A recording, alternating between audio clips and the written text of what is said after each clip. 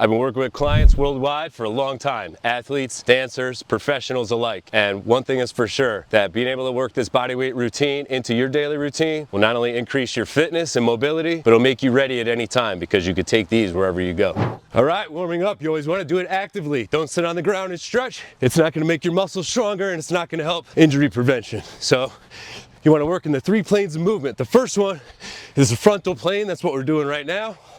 Hands touching up top. Hitting out at the bottom, matching the width of your hands. Then you're gonna keep your feet wide. Now we're working in the sagittal plane, touching in front, between, behind the heels. Big breath out, throwing those hips forward. Repeating the jumping jacks 20 times, these 10 times. Front, between, behind, big exhale. Hips forward, arms up. Keeping your legs straight there, but not locked at the knee. Now we're gonna work in the transversal plane. Transversal plane, your hands are up in the guard to stretch out your core, make the stabilizer muscles wake up. Bring the knee up, down, kick, down, knee, down, kick, down. Make sure your hands stay up. Make your ankles, knees, and hips wake up. And then you're gonna switch sides. You got 10 each side of these as well, and you'll do this twice through. Jumping jacks, touch, touch, touch and reach, and knee and kick both sides. Starting with your overhand grip, gonna rotate, keeping your body in a straight line. Hips are up, head is up, and we're rotating the palms up as we pull it in. This is your basic inverted row. Your overhand grip inverted row, you're gonna not rotate your hands at all as you pull them in. You're keeping your elbows as high as your shoulders as you pull up, pulling those elbows back until your shoulder blades squeeze together, and then controlled lowering yourself down, never bouncing and jolting that elbow. Nice and smooth reps. Your hips are up, your body's in a straight line with all of these inverted rows. With the hammer grip inverted row, your palms are facing each other throughout. You're pulling your hands in until they go outside your chest and make contact with your ribs. Your elbows are back, your head's up, your hips up, and you're controlled lowering yourself down and up. So the underhand grip is great to put more dominance on the bicep in the row. When you have an overhand grip with a wider pull-in, you're using a lot more back and a little bit of bicep.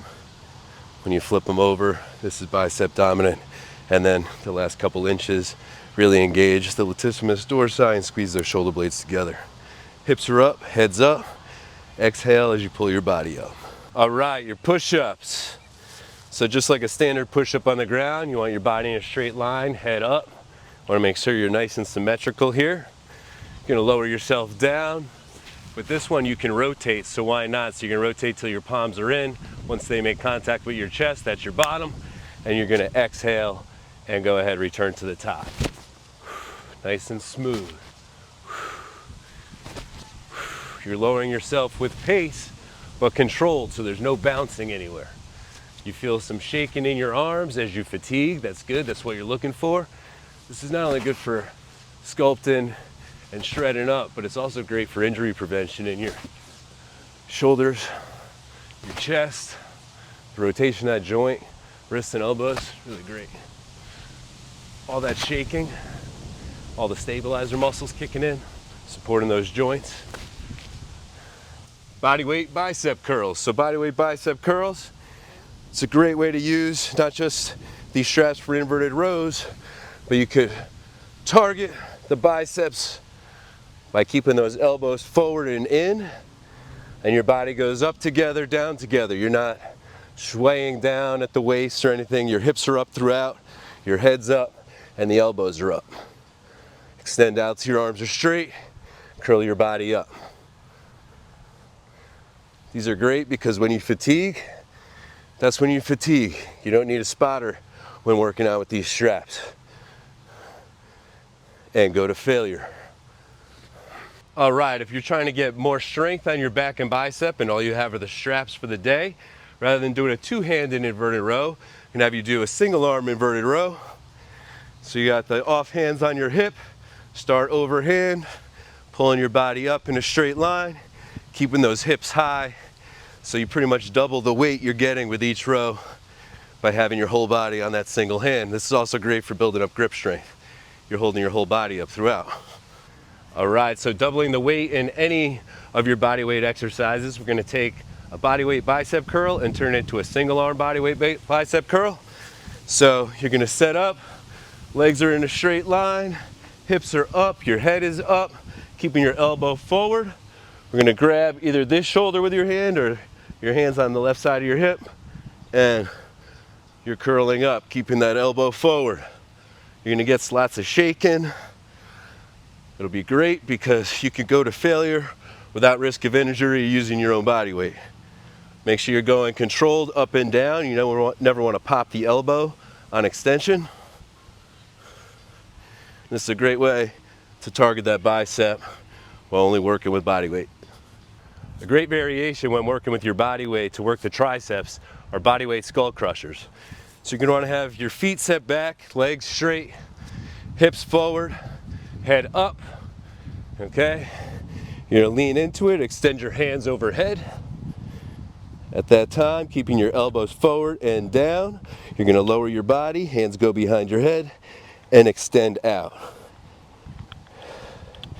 This is a great way to do these if you don't have a spotter, because it's a great exercise with a barbell or dumbbells, but if you don't have a spotter, it can get dangerous when you're trying to push it to failure. With body weight, you could push it to and through failure. Once you hit failure, if you want to get an extra one or two, let those hips pop. Get that extra body movement. Those last two will make you grow. All right, here we have a side, a front, and a diagonal raise meant to target the lateral and posterior deltoids when working with just your body weight. So you're gonna have an overhand grip, leaning back, your body's in a straight line, hips are up, head's up, and you're gonna go out to the side, go high enough to where there's still tension in the straps. You get your arms back and squeeze their shoulder blades together. That's to the side. Then we got straight up. So this is like exaggerating a front or a side raise, these first couple. And then we have going up on the diagonal, really hitting that posterior deltoid. Nice straight arms throughout, going up and down. Make sure you're leaning back throughout and your head's up. This way when you get to the top, it's not a break here and a jolt. It's nice and smooth, continuous pressure. All right, getting your feet up in the straps and not just using them for your hands. It's a great way to do a little cross training. So here we're gonna do some push-ups. Your head's up, feet are in the straps. You're bored with that, you do a push-up pike up. Try to get those knees all the way to your chest, chin all the way to the ground. You could do single leg knee strikes. You could do boom.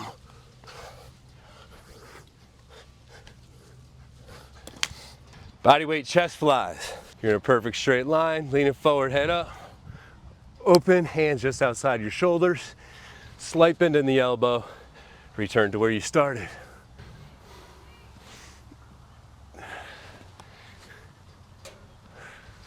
Diamond push-up with your feet elevated in the straps. Really allows you to get your weight out and over those hands. Hit the chest on the bottom, hit those triceps at the top. Keeping your head up, body in a straight line. All right, so this squat, twist, and reach is a great way to work the legs, the core, and work in the transversal plane to work those ab and rib muscles. So you're gonna go back till your arm is straight, weight's hanging on that hand. We're gonna squat, touch directly behind us, and stand up, reaching forward.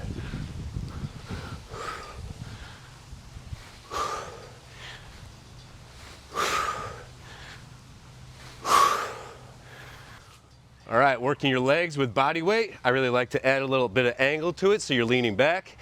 I'm gonna jump between a really wide-based squat and a standard squat. Leaning back, arms are straight.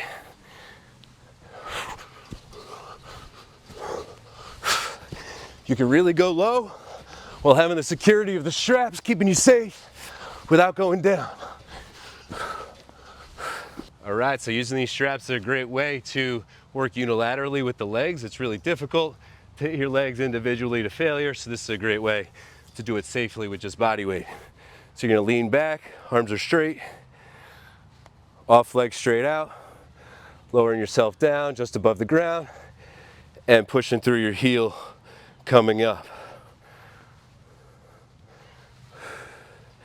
You see that little bit of shaking I have where I'd normally be unbalanced and falling? The straps and that lean back add that little bit of extra stability. Plyo lunges with straps. You're gonna hop out to the side, drop that knee down to a 90-degree angle. Front knee is also at a 90, exploding up and over. Keeping the arms straight, body weight back throughout.